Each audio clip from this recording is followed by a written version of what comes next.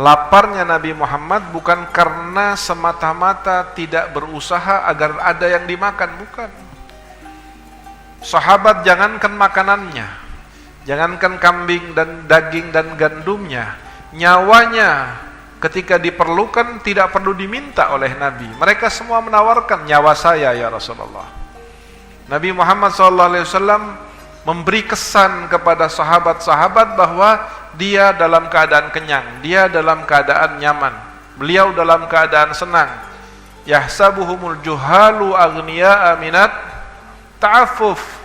Orang-orang yang beriman dan punya thiqah kepada Allah Subhanahu wa taala adalah orang-orang yang menampakkan kesenangan, menampakkan kecukupan padahal sangat kurang, sangat menderita. Sampai orang-orang bodoh, orang-orang yang tidak tahu, orang-orang yang kenal maupun tidak kenal menganggap mereka adalah orang-orang kaya, saking mereka tidak mau meminta. Dikarenakan mereka melihat di dalam laparnya itu ada kenikmatan yang diberikan oleh Allah.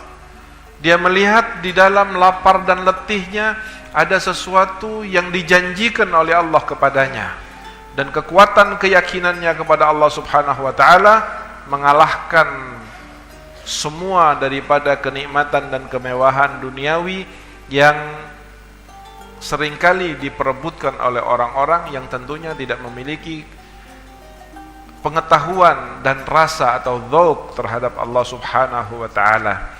Di sini Al-Habib Abdullah Al-Haddad membawakan kisah atau ungkapan tentang laparnya Nabi Muhammad SAW untuk memberi nasihat kepada kita, terutama orang-orang yang betul-betul ingin berjalan batinnya menuju kepada Allah Subhanahu wa taala.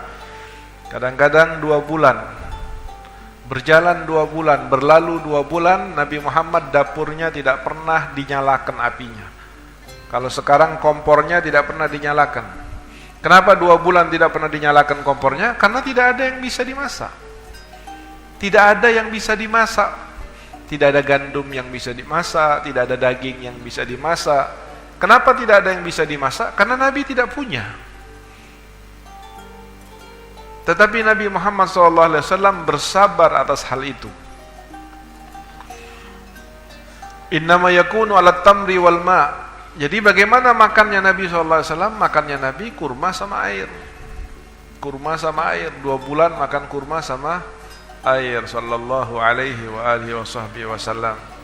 Dan beliau lapar itu diantaranya tujuan laparnya Nabi Muhammad SAW untuk memberi pelajaran kepada kita, umatnya yang akan menjadi penerusnya atau para ulama pewarisnya, bahwa jika seandainya Nabi Muhammad yang mana seluruh umatnya, sahabatnya pada saat itu akan berkorban buat Nabi Muhammad, kalau Nabi Muhammad meminta pasti akan diberi. Kalau sahabat yang lain tidak punya semuanya dan Nabi mau berdoa kepada Allah, pasti akan diberi oleh Allah, walaupun gunung akan dirubah wujudnya menjadi emas.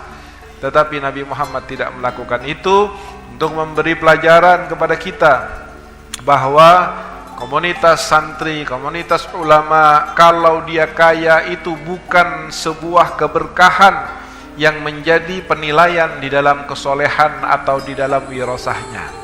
Kepewarisannya terhadap Nabi Muhammad SAW sama sekali tidak akan ditentukan oleh kekayaannya, kemampuannya, kesenangannya, dan seterusnya.